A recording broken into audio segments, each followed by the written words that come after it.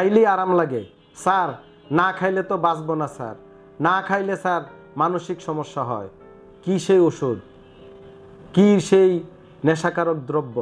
নেশা বলতে আমাদের দেশের মানুষ বুঝে বিড়ি, সিগারেট, ইয়াবা, প্যাথিডিন, মরফিন বা এই জাতীয় নার্কোটিক্স ড্রাগসকে। নো, এগুলো যেমন নেশাকারক, তদ্রূপ একটা ঔষধ আছে, নাম হচ্ছে স্টেরয়েড।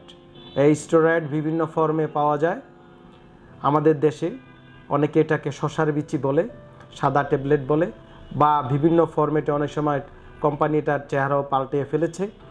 সো এই স্টেরয়েড খেলে আপনি হয়তো আরাম পাবেন ঠিকই, কিন্তু আস্তে আস্তে দেখবেন আপনার হাত মুখ ফুলে গিয়েছে, আপনি মোটা হয়ে গিয়েছেন, আপনার চোখে দেখতে পাচ্ছেন না, আপনার মাথা ঘুরাবে, আপনার কুশিং সিনড্রোম, আপনার মারাত্মক সমস্যায় আপনি ইভেন কি মারাও যেতে পারেন। সো স্টেরয়েড থেকে দূরে থাকতে হবে, আমাদের সচেতন হতে হবে, অবশ্যই ডাক্তার সাহেবদের সাথে এই ব্যাপারে আপনাদের খোলামেলা আলোচনা করতে হবে।